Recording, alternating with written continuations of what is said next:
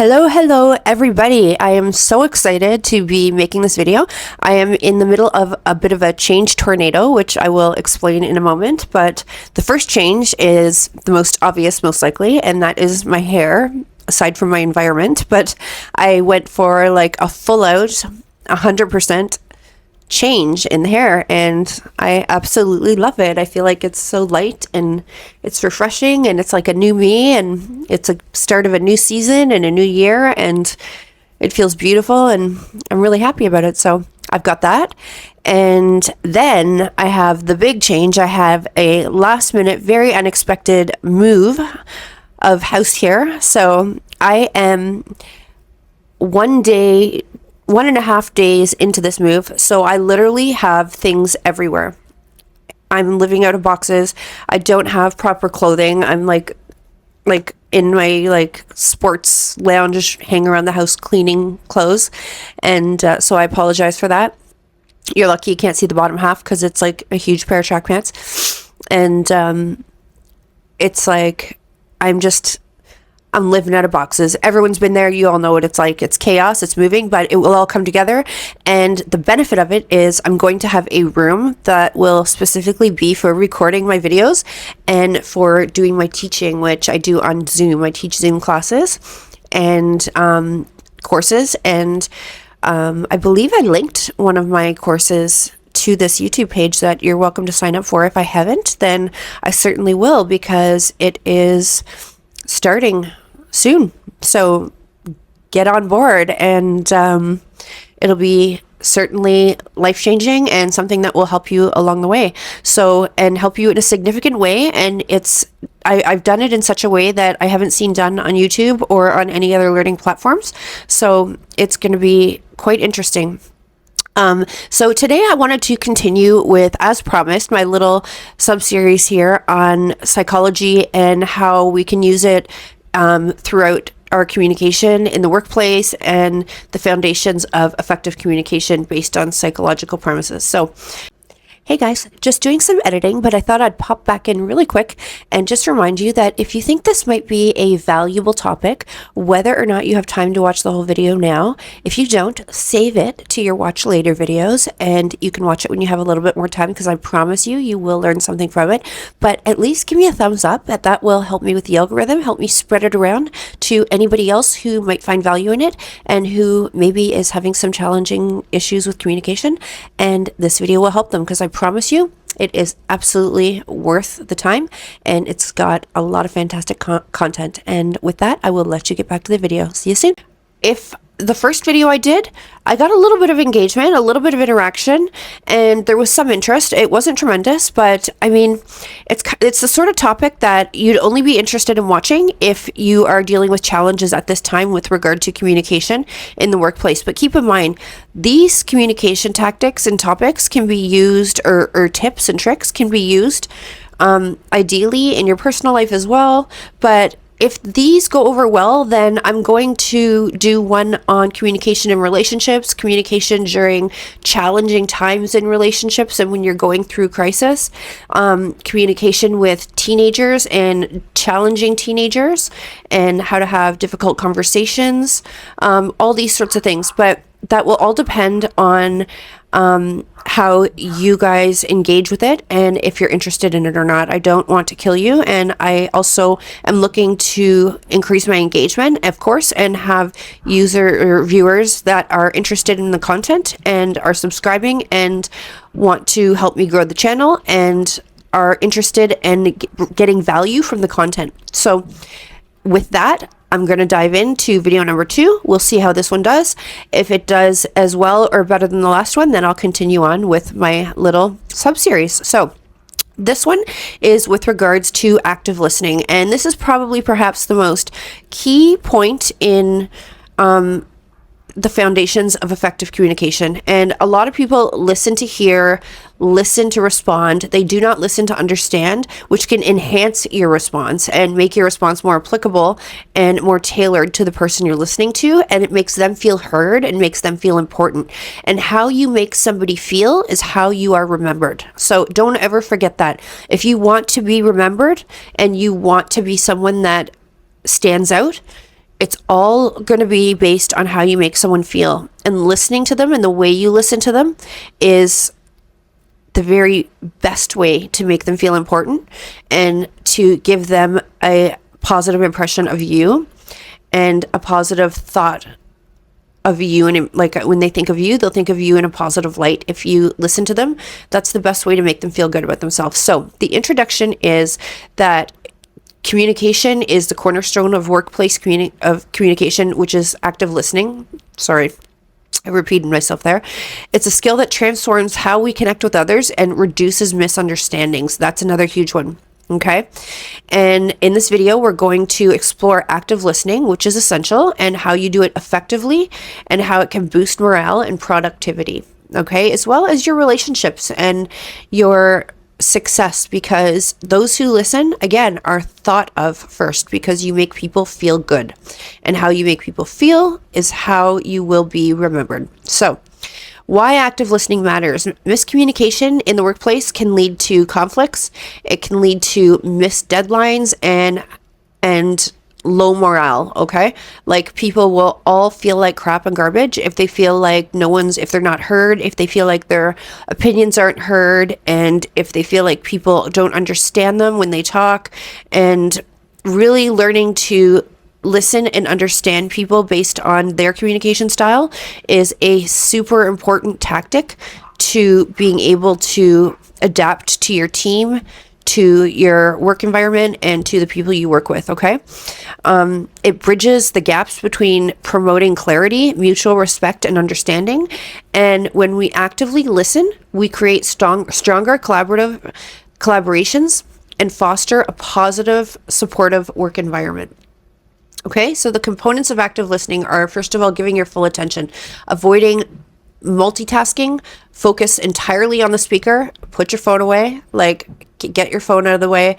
Another one, which is like a first world problem, is don't pay it. Turn your Apple Watch notifications onto silent, or your smartwatch notifications onto silent, so your phone isn't like ping, ping, ping, ping on your watch, just because your phone is turned off, your volume.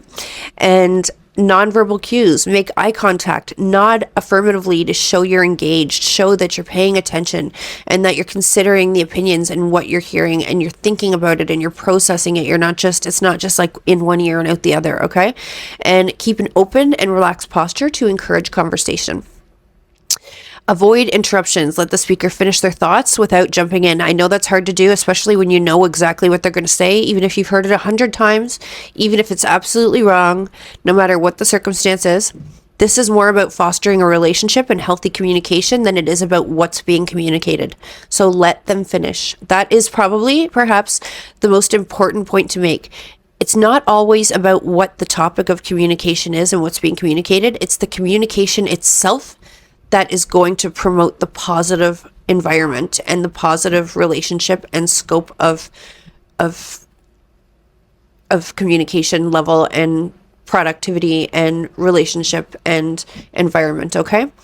So empathy, try to understand the speaker's perspective and their emotions. So if this is something that's being communicated that is an emotional or a personal topic, really be empathetic and try and show and demonstrate your empathy. Don't just be like, oh yeah, oh, your kid is so sick, you're late, oh, that sucks, that's really brutal. Like, really try and be empathetic and show empathy in your communication. So ask questions, use clarifying questions to deepen your understanding. I've got a little dog running around here barking and making noise, so I apologize. Use reflective listening techniques. So these are some strategies that I'm giving you. Paraphrase, repeat key points. Wait till someone's finished talking completely and then paraphrase what they've said, and that will confirm to them that you listened, you understood, and you paid attention to what was being said. Summarize. Condense their messages to ensure clarity. So take a summary of everything that you heard, everything that was communicated to you, and feed it back in a condensed, to the point summary, and they will really know that you listened and you understood. Stay present by removing distractions, as we talked about, like phones. Turn your watch on silent. Don't take notes. Use deep breathing to center yourself before engaging in important conversations. That's a good one. If you're scattered and your brain is scattered, you're super busy, you've been doing a million things, but now you're supposed to sit and be calm and focus on a conversation, especially when it comes to like slow talkers or like people who can't get to the point and they just go on and on. Really prepare yourself for this. Like, do some deep breathing, calm yourself down, be focused, and prepare. Because again, it's not about what they're communicating, it's about listening to the communication itself. Okay, that's the important part. And creating a safe environment. Respond in a non-judgmental manner to engage open dialogue. So even if what they're saying is absolutely ridiculous, again, it's not the point. It's about giving people the safe space to communicate and to speak and to discuss what's on their mind, what's they're feeling, how they're feeling, their perspective, their ideas, their opinions, and to be able to share in a safe space, because that really leads to environmental positivity and it makes people feel comfortable to approach you. And it's almost like sometimes these are little tests. Sorry, I like little dogs, my little chickens running around, and Haku is the other little one. I don't think you've ever seen Haku. Anyways, so let's think of some examples, scenarios. So a scheduling conflict arises in a team meeting, for example. By listening carefully to everyone's concerns, you identify a solution that accommodates everybody's schedule. But to do that, you actually have to be actively listening to everybody's concerns and their availability and their conflict to be able to get your pen and paper out, look at the schedule, and to be able to work around this. Okay. So this is where active listening comes into play, where you actually have to think while you're listening and you're not just standing there on autopilot listening. You actually have to be actively listening and doing something with the knowledge and with what you're hearing and listening to. Okay, to be able to solve a problem, and being able to really hunker down and pay attention and focus while you're listening is going to be key to that. So another scenario, you show empathy by acknowledging someone's an employee or your supervisor's frustration, which builds trust and strengthens the relationship, right? So, but to be able to show empathy in a proper way, you have to really understand where they're coming from, how they feel about it, and what their feelings are based upon, so you can reflect back on them what they said. Showing empathy, reflecting back is a big part of showing empathy, and reflecting back their emotions. Like, I understand, it sounds to me like you're feeling this way. That's a good way. That's a psychology way to reflect back someone's feelings without showing judgment, and to just show them that you're hearing them and you're understanding them. So for instance, if someone's saying like, I'm so angry, I'm like, they're all over the place, they're scattered, they're frustrated, my boss is all over me because I can't get the paperwork done, and all of you guys are not on time, you're not meeting your deadlines, and I can't get this monthly or quarterly report finished on time, and now my boss is all over me. And you can reflect that back and say, it sounds to me like you're really frustrated with the team right now, and you're really frustrated with how everybody's managing their time. Is that what's going on? And they'll say, yes, that's what's going on. And then you can come up with either some suggestions, or you can reflect back or return back and say, do you have any suggestions for how we can as a team come together and maybe have a conversation, and do you have any suggestions that we can all implement that will help us manage our time better, so we can help you be able to get what you need to do finished on time, so you're not feeling that pressure. So even if you disagree, okay, sometimes it's okay to eat it and to do this, especially when we're talking about workplace environments. I'm not saying be a doormat, don't get walked all over, but sometimes when someone's really frustrated, that's not the time to come back at them and to spew out your opinion if it's opposing them. Sometimes it's more important to let them feel heard and to let them feel understood and acknowledged. And then later, when the situation is dealt with and they're not frustrated, then say, I want you to know, I appreciate your advice with regards to how we can better effectively manage our time to help you out, but I want you to know that we really have done our best, and we were all using our very best strategies, in the first place, and we really didn't know how you were feeling and the pressure that was on you until you voiced your opinion. So thank you for sharing. Okay? And you made your point, but you've done it in an empathetic way, and it showed that you really listened, you understood, you considered it, and you've reflected. So those are 4 things that you've really demonstrated just through that simple 1-sentence communication. Okay? So the benefits of active listening are that you'll strengthen teamwork and collaboration, you'll build trust between coworkers and management, you'll boost employee satisfaction and morale, and it leads to better decision making, more effective problem solving for everybody involved. Okay? And just to recap, the active listening is the foundation of effective workplace communication. It's about getting your full attention using nonverbal cues and responding empathetically. I can't stress this enough. Responding empathetically, even in disagreement. Okay? I challenge anybody to practice active listening. At least one technique of active listening every day or in your next conversation, whether it's paraphrasing or simply giving your full focus when it's hard, when you're like energetic and you're in the middle of stuff and it's hard for you to narrow down your focus because you've been just multitasking, which is another video on its own, because I don't really believe people can multitask. It's just scattering ourselves, but that's a different video. And see how trying one of these skills in your next conversation, even if it's with your kid, if it's with your husband or your wife or your partner or your neighbor or anybody, next phone call you take, try to be conscious and aware and utilize one of these active listening skills or techniques we talked about, okay? And see how it transforms your communication, see what happens. So thank you for watching, guys. I hope to see some engagement and some interest in this topic. I find it super important, really helpful, and it's really changed the way people view me professionally and personally.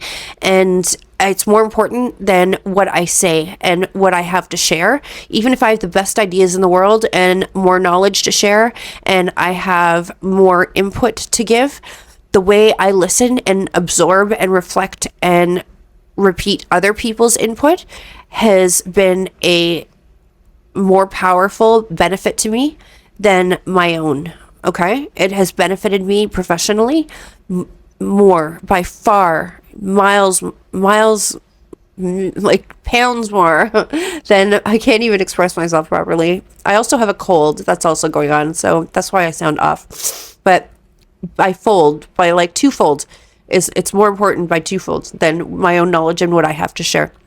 If you like this information, guys, if you like the content I make, or if you're interested a little, look back on some of my videos, check out my channel. And if they're the type of videos that interest you or you think you could benefit from, please subscribe.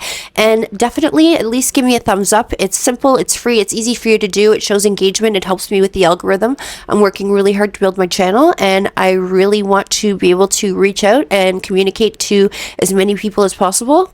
I feel like I put a different spin on things and make things really down to earth and user friendly, and I want to do that for more people. So give me a thumbs up, leave me a comment, and if you like, subscribe. And I'll be grateful for you to join my little community in my little corner here on YouTube. And I will see you guys soon. Take care, and I will be back to unpacking and moving and drinking Benadryl, or not Benadryl, something.